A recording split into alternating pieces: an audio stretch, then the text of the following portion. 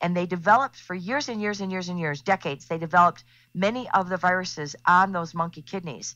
And when they take the virus off of the monkey kidney, they bring along DNA and RNA from that obviously decomposing tissue. And it has in it viruses and bacterias. Vaccines are very dirty, by the way.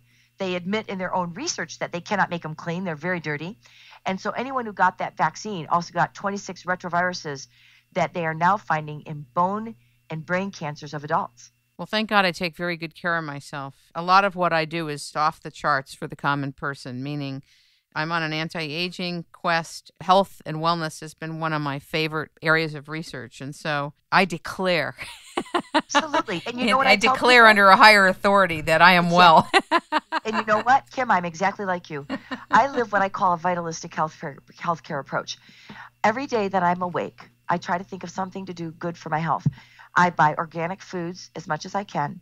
I buy, hormone-free, antibiotic-free meats. I don't do dairy products. I am a big fan of colonics and colon cleansing and liver detoxing and natural herbs and vitamins and minerals. Minerals are very, very important. I've had a mineral expert on my program the last 2 weeks as well. Dr. Richard Orley wrote a book on minerals, and it's part of the missing link, I think, in a lot of people.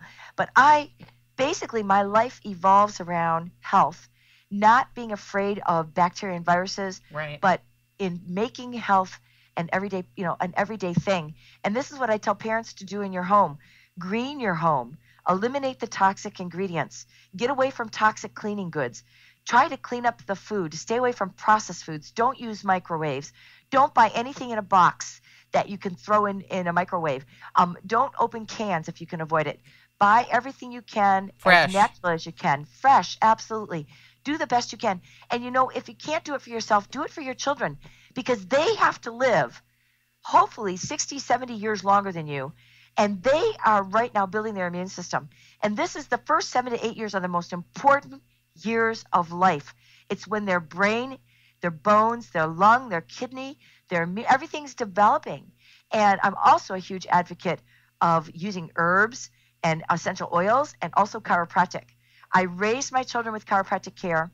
Everything that ever bothered them, they got the flus and they had their swollen glands and they had little body rashes, but I always kept their spine aligned because the spine is really critical to having a healthy functioning immune system.